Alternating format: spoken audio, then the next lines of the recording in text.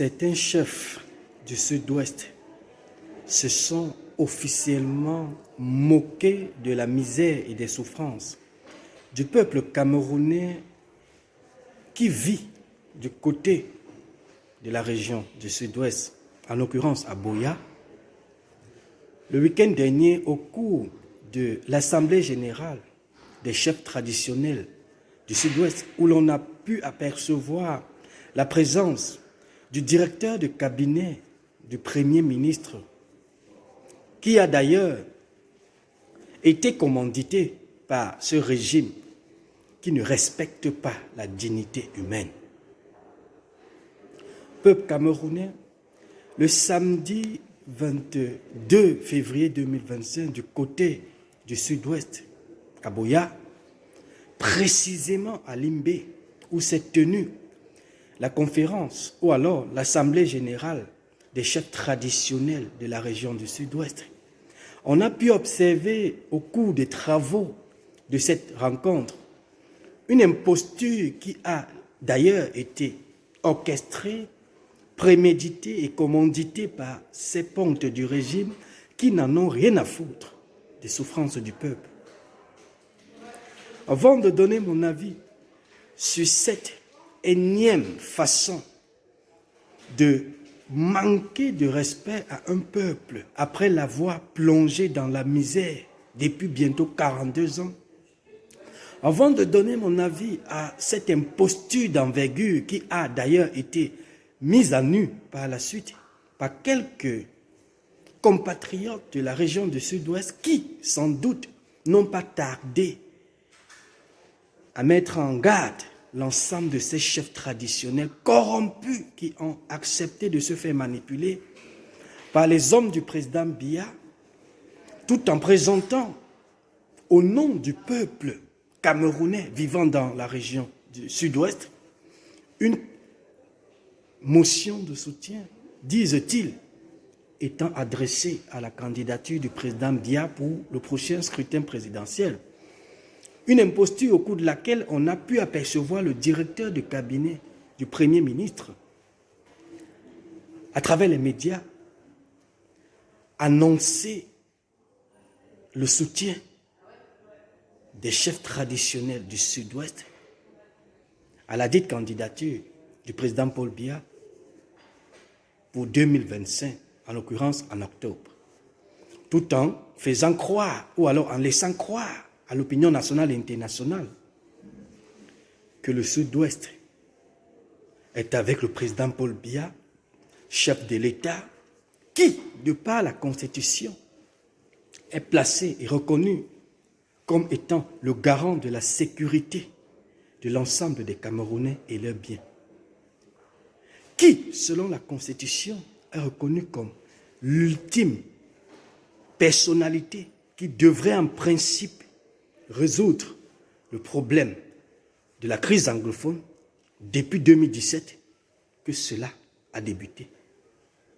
Le président Paul Biya, qui, compte tenu de la Constitution, est l'unique responsable de tout ce qui se passe dans le nord-ouest et dans le sud-ouest depuis 2017 à l'égard des éventuels ping-pong que l'on peut observer dans les agitations de son ministre de l'administration territoriale, qui n'a sans doute d'ailleurs démontré aux yeux du monde qu'il est capable d'utiliser le moulinex sur l'ensemble du peuple camerounais, quelle que soit la région dans laquelle il réside, pour écraser, et que par la suite, on dénombre à ce jour plus de 6 000 morts depuis le début de ce conflit.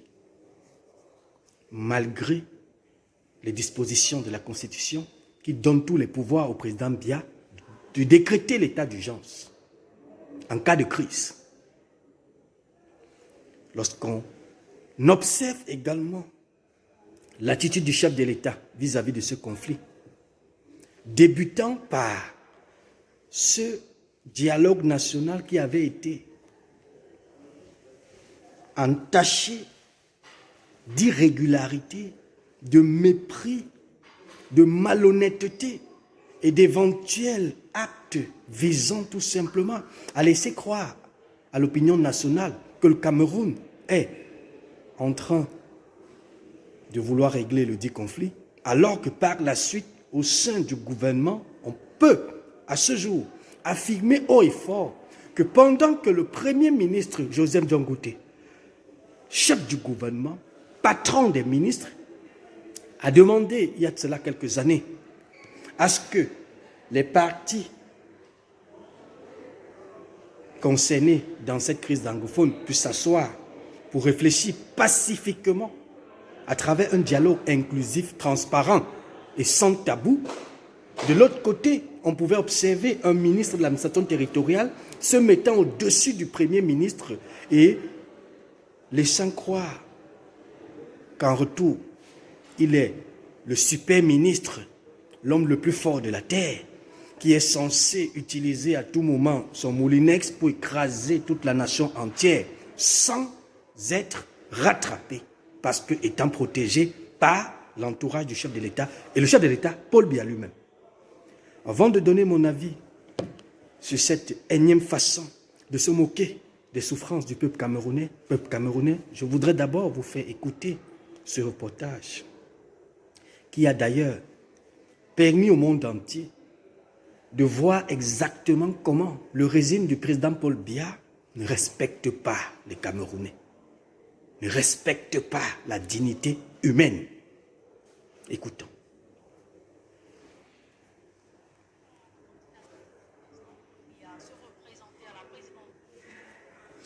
Appel à la candidature du président Paul Biya se représenter à la présidentielle de 2025. Les chefs traditionnels du Sud-Ouest demandent au candidat naturel du RDPC de lancer sa campagne électorale dans cette partie du pays. Annonce a été faite au cours de la conférence de la House of Chiefs de cette région tenue à Limbé dans le département du Fako. Innocent Abiga, Ulrich Konomala. Le président Paul Biya est invité à lancer sa campagne dans la région du Sud-Ouest, à l'occasion de l'élection présidentielle qui aura lieu cette année. En appelant à la candidature de Paul Biya, les autorités traditionnelles du Sud-Ouest veulent renouveler leur confiance envers le chef de l'État au regard des initiatives prises en leur faveur, notamment la nomination d'un fils du terroir au poste de Premier ministre chef du gouvernement, ainsi que d'autres au sein de l'administration camerounaise.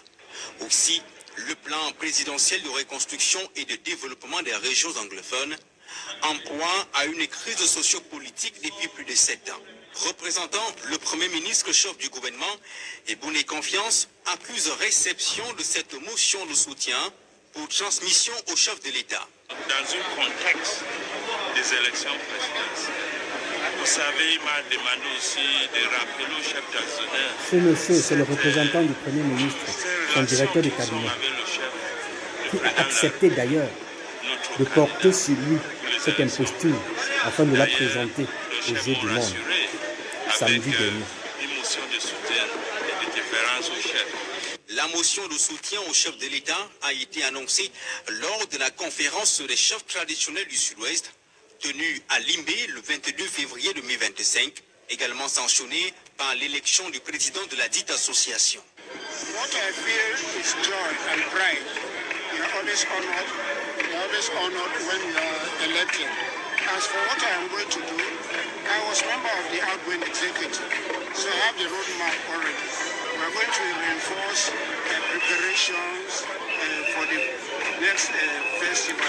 L'invitation des chefs traditionnels est envoyée dans un contexte où cela fait 12 ans que le président Paul Biya n'a plus foulé le sol du Sud-Ouest Cameroun. Et l'invitation des chefs traditionnels du Sud-Ouest à Paul Biya d'ouvrir sa campagne électorale dans cette partie du pays fait des gorges chaudes au sein de la classe politique camerounaise. Des analystes voient dans cette initiative des calculs politiciens et des intérêts égoïstes de ces autorités traditionnelles qui foulent au pied l'intérêt des populations qui subissent au quotidien les répercussions du conflit armé dans le nord-ouest et sud-ouest. Dalastianake 28. Les chefs traditionnels du Sud-Ouest ne se sont pas contentés que d'un appel à la candidature. Ils invitent Paul Biya à venir démarrer sa campagne pour la présidentielle 2025 dans le Sud-Ouest, le moment venu. Si elle est perçue comme un soutien stratégique, L'invitation ne rencontre manifestement pas l'assentiment de nombreux concitoyens. Ce n'est pas ce que les Camerounais attendent. Les Camerounais n'attendent plus un appel pour que le président puisse encore reprendre le mandat. Non. Les Camerounais attendent pour que ces chefs traditionnels, comme d'autres chefs, comme les chefs religieux, ont dit il faut que le président regarde encore, peut-être il peut aller se reposer. Des chefs de village ont été réduits aux employés de l'État. Ils ne représentent plus les populations et la faute est à eux. Ils croient que ça, c'est un en compatriote soutenant du Sud-Ouest. le chef de l'État qui est fragilisé, que c'est en faisant Un cela avocat. que les situations sera peut-être améliorée et c'est triste. C'est triste. Simple appel, calcul politicien ou message subliminal à l'endroit de celui qui n'a pas mis les pieds dans la région du Sud-Ouest depuis le déclenchement en fin 2016 de la crise anglophone et qui a aujourd'hui fait des milliers de morts et des déplacés internes. La sortie des autorités traditionnelles interroge. Si le chef de l'État il avait intérêt de résoudre ces problèmes depuis à peu près 9 ans, et le chef de l'État il devait être là. Pour moi, c'est une sorte de provocation. Voir les chefs sort pour demander à la personne qui est responsable de cette malgouvernance de venir lancer sa campagne au Sud-Ouest. Je crois que c'est une injure à la population. Tebobia n'a pas besoin de venir au Sud-Ouest pour voir la réalité du Sud-Ouest. Il est censé être président, il a toutes les informations. Le chef de police avait donné même un compte rendu que la route, même pour arriver au Sud-Ouest, à Boya, à Moutengane, était une catastrophe. Pour d'aucuns, la requête publique de ces chefs traditionnels pourrait bien redessiner la carte électorale au cours des échéances prochaines. Voilà, je vous ai fait écouter le reportage de la chaîne du peuple Equinox Télévision, un reportage qui d'ailleurs a été rendu public. C'était hier, lundi 24 février 2025, dans son journal de 20h. Au cours de la dite cérémonie observée dans la région du Sud-Ouest le 22 février dernier, c'est-à-dire samedi dernier, on a observé un peuple camerounais clochartisé, méprisé aux yeux du monde entier par d'autres Camerounais dont je m'en vais tout simplement vous donner mon avis sur chacun des clans que forment ou alors que formaient ces différents Camerounais en question. D'un côté d'abord, je voudrais m'attarder sur les chefs traditionnels corrompus qui ont accepté de témoigner aux yeux du monde entier que le peuple du Sud-Ouest, le peuple camerounais du Sud-Ouest, plongé dans la guerre depuis 2017, malgré les pertes humaines, y compris les pertes matérielles enregistrées dans cette région du pays, pour ne pas associer ici avec le Nord-Ouest, qui d'ailleurs, en ce moment donné, parce qu'il s'agit de Bamenda, notamment, n'a pas encore été clochartisé par les membres de ce régime pour en présenter une telle imposture, telle que nous l'avons observé dans le Sud-Ouest, du côté de Boya, précisément à Limbé, samedi dernier.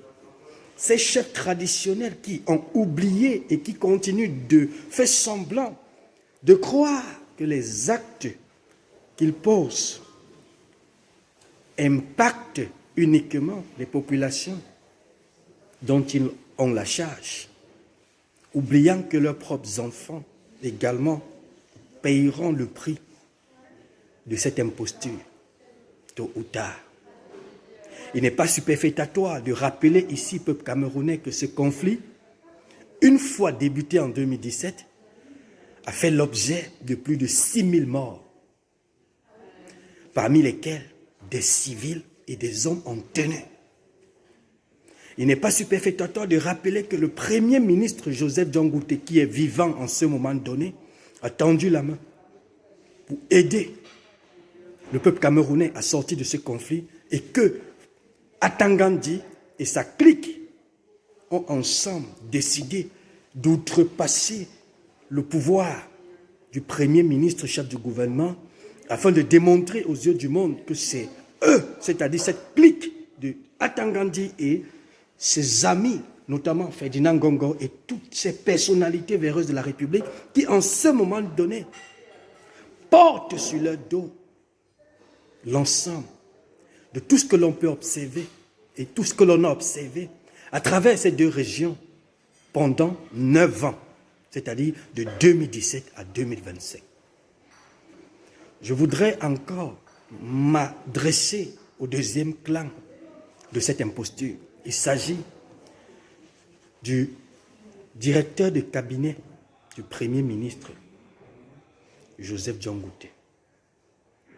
Mais cette fois-ci, je voudrais être clément et direct avec monsieur le directeur du cabinet du Premier ministre. Je voudrais d'abord poser la question de savoir, a-t-on conscience des actes que l'on peut poser, y compris de ses conséquences en retour, lorsque l'on accepte parfois des tâches qui sont parfois au-dessus de nous-mêmes? A-t-on conscience de cela, monsieur le directeur du cabinet? Peuple camerounais, pourquoi ce n'est pas Paul Atangandi qui est allé au sud-ouest pour faire prospérer ou alors pour mettre à nu son imposture, c'est-à-dire cette motion de soutien?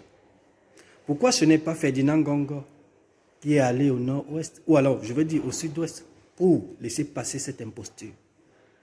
Pourquoi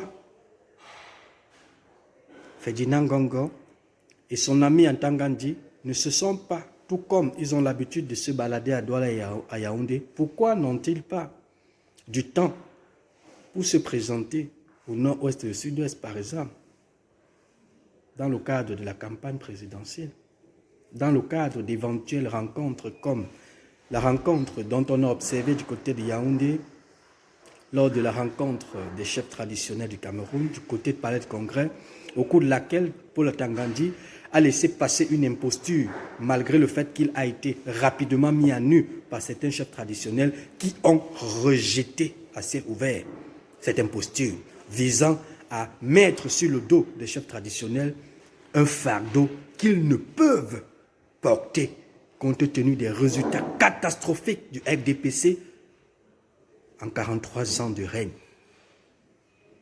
Hélas, nous observons au quotidien comment ce régime continue d'utiliser parfois la jeunesse pour laisser passer d'autant d'énormes impostures et qui sans doute parfois nous inquiètent parce que je me permets toujours de témoigner de cette affection que j'éprouve à l'endroit des jeunes compétents, de la jeunesse camerounaise dans son ensemble, chers compatriotes, à l'égard des savoirs et des savoir-faire, emmagasinés au travers des études effectuées, au travers des compétences emmagasinées, que ce soit sur le territoire national ou à l'étranger, et qui d'ailleurs, malheureusement parlant, tous ces atouts ne sont pas mis au service de la nation pour faciliter son développement économique, social, culturel et politique. Pourquoi? Parce que, confronté à un régime dictatorial qui est dans la logique de la confiscation du pouvoir au mépris flagrant des lois de la République, coûte que coûte, même s'il faut verser le sang.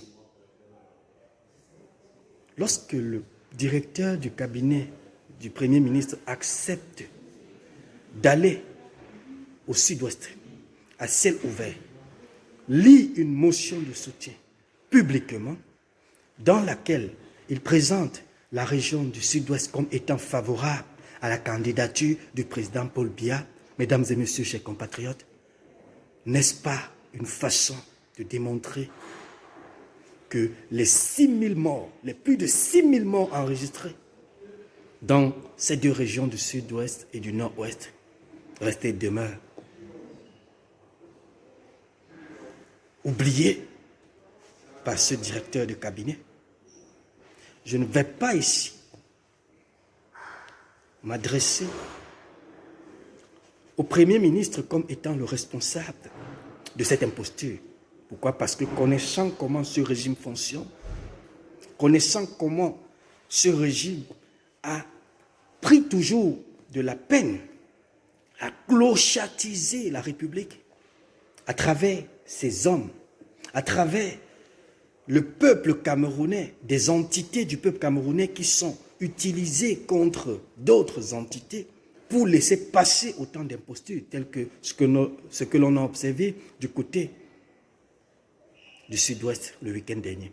Mais au directeur du cabinet du Premier ministre, j'ai envie de partager avec vous, monsieur le directeur, une sagesse que nous a léguée le milliardaire patriarche Fosso Victor avant de s'en aller à l'au-delà.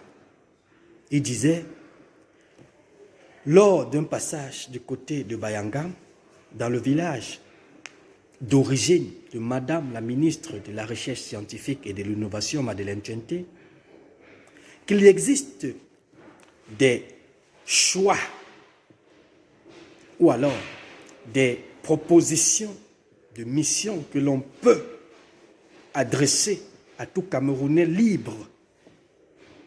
Et qu'en retour, après avoir jugé que cela semble être au-dessus de lui, refuse tout simplement. En parabole, le patriarche Fosso Victor disait, mes chers frères, il s'adressait ici bientôt, ou alors il s'adressait tantôt à ses frères Bamileke, leur faisant savoir qu'il y a des postes que l'on peut vous donner et vous dites que ça vous dépasse. Autrement dit, il y a des charges et des missions que l'on peut vous attribuer et qu'en retour, compte tenu de votre psychisme,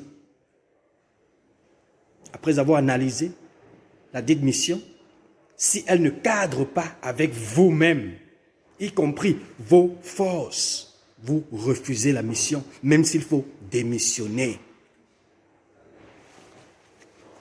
Le patriarche Fosso Victor, je vous fais écouter. Si ça peut vous aider, monsieur le directeur de cabinet. Il faut que je sois là, aujourd'hui. Et j'ai risqué la mort 4 fois. Selon le docteur, hein, et jamais entré dans le coma. Et pourtant, 4 fois, le docteur dit, on va voir. Et moi, personnellement, je connais 2 fois. Mais c'est ça que je t'ai dit à tous les nouveaux politiciens, plus particulièrement à mes frères. Je dis à mes frères, quoi, Bamileke,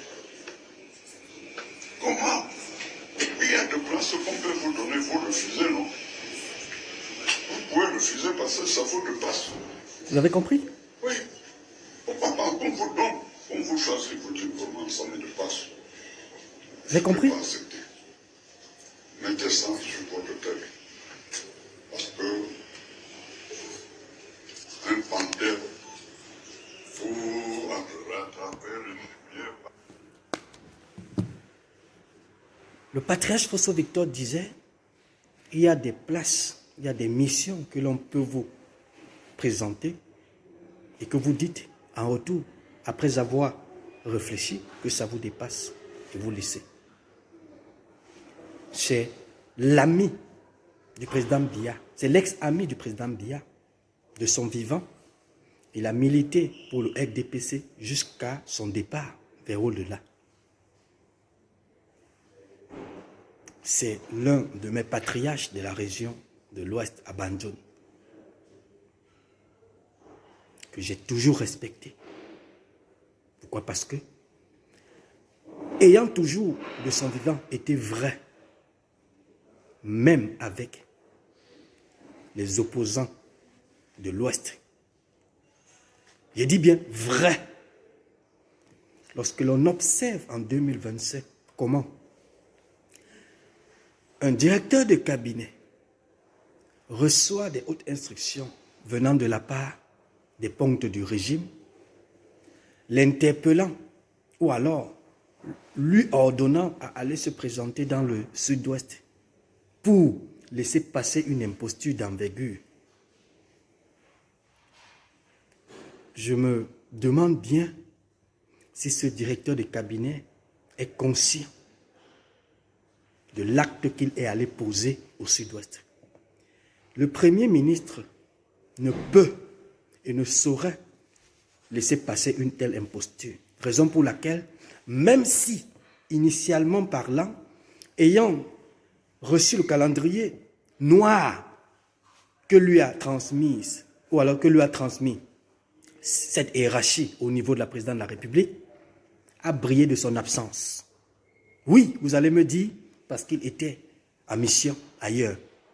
Mais connaissant le Premier ministre face au nord-ouest et le sud-ouest, face à ces propositions qui ont été piétinées par Paul Tangandi et l'ensemble des membres de la présidente de la République, le Premier ministre ne saurait laisser passer une telle imposture parce qu'il a un cœur vis-à-vis des souffrances qu'endure son peuple dans le nord-ouest et le sud-ouest. Je fais partie des personnes, peuple camerounais, ayant fait des sorties plusieurs fois pour implorer le Premier ministre à déposer sa démission. Même s'il faut quitter ce pays pour assurer sa protection. Tout simplement. Il est l'un des premiers ministres du régime du Paul Biya qui d'ailleurs, de par un comportement par le passé modèle vis-à-vis du peuple anglophone, qui, de par un comportement irréprochable à l'égard du management et de la gestion des affaires publiques, a bénéficié de la magnanimité du chef de l'État, notamment en janvier 2019, à travers une nomination au poste de Premier ministre. Mais depuis qu'il a été nommé à ce poste de Premier ministre à ce jour, quel est le respect que les membres du gouvernement, ministres nommés par Biya, lui concèdent? Zéro. J'en peux citer. J'ai commencé par décrier ici le fait que ce Premier ministre qui a, par le passé, voulu régler de façon pacifique ce conflit, a été finalement opposé par un ministre de l'administration territoriale pour la Tangandi avec la complicité de Ferdinand Gongo et l'ensemble des membres de la présidence qui, sans doute, ont voulu mettre la force en avant face à ce conflit et qui, par la suite, en ce moment donné, endeuille la nation depuis 2017. Le Premier ministre, conformément à l'article 10 de la Constitution, est nommé par le président de la République. Et sur proposition de celui-ci, les membres du gouvernement, article 10 de la Constitution, le chef de l'État a nommé le Premier ministre en 2019, en janvier. Vous estimez qu'un chef d'État, s'il veut que son Premier ministre soit respecté par l'ensemble des membres du gouvernement, oserait-il de le nommer en janvier 2019 et de se permettre de signer une délégation permanente de signature le mois qui suit, accordée à son secrétaire général? Le 5 février 2019, une délégation permanente de signature a été signée en faveur de Ferdinand Gongo, lui donnant tous les pouvoirs de discerner même les sujets et les affaires de l'État qui engagent toute la nation avant de les présenter au chef de l'État ou pas. Une délégation permanente de signature qui donne tous les pouvoirs à Ferdinand Gongo de nommer, de faire des nominations. Une délégation permanente de signature qui donne les pouvoirs à Ferdinand Gongo de choisir quels sont les dossiers qu'il peut porter à la connaissance du chef de l'État ou pas. Article 3 de ce décret. Allez lire. Avec tout ça, le Premier ministre peut-il avoir du poids? On peut donc comprendre pourquoi ce Premier ministre, quel que soit le cas, n'a pas sa place dans ce gouvernement. Mais comme on le dit, la démocratie étant déguisée dans notre pays, lorsque l'on observe les pays développés qui ont une démocratie qui est palpable, je me rappelle d'abord, ou alors je voudrais faire une petite parenthèse, il n'existe pas de démocratie parfaite. La précision vaut la peine. Mais cependant, dans ces différents pays développés où l'on observe des démocraties palpables aux yeux des populations, aux yeux des sociétés, aux yeux de la République, on peut bien se poser la question de savoir comment le Premier ministre Joseph Diangote, compte tenu de toutes les hontes, de tous ces mépris emmagasinés tout au long de ces 7 dernières années, n'arrive toujours pas à prendre la décision, conformément à la Constitution, de déposer sa démission et de partir.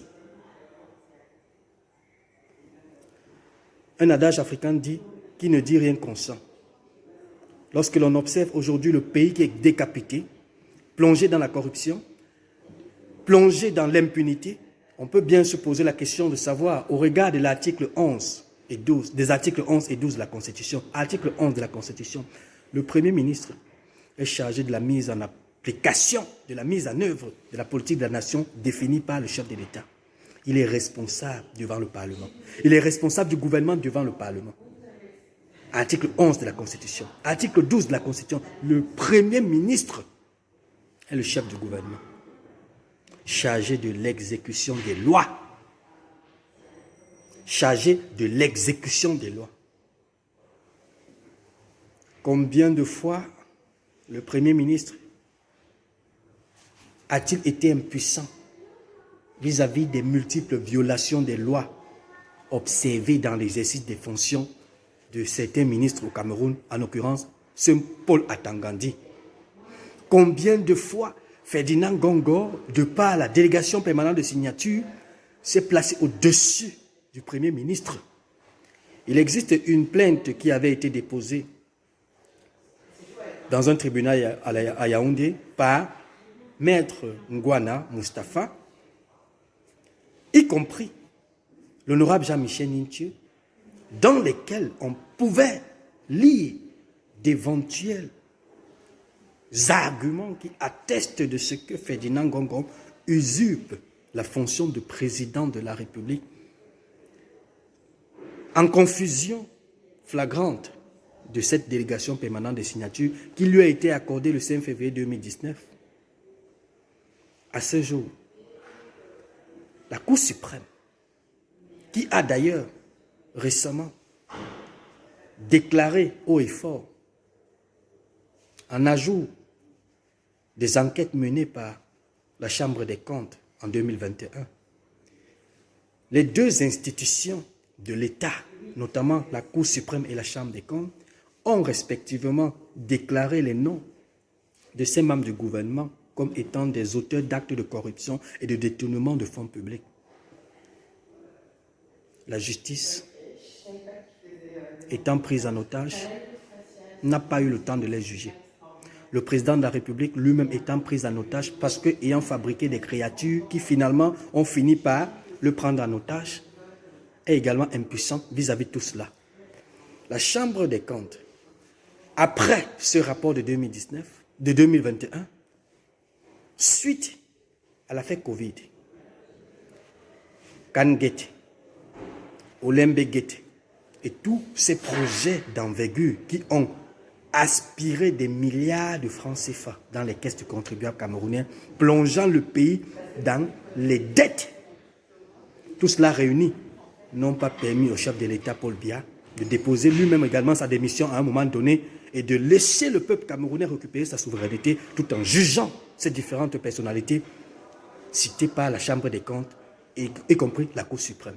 La Cour suprême également, en fin d'année 2024, a présenté des irrégularités sur l'ensemble des rapports déposés par des ministres qui, sans doute, ont falsifié et présenté des rapports de gestion frauduleux à la Cour suprême.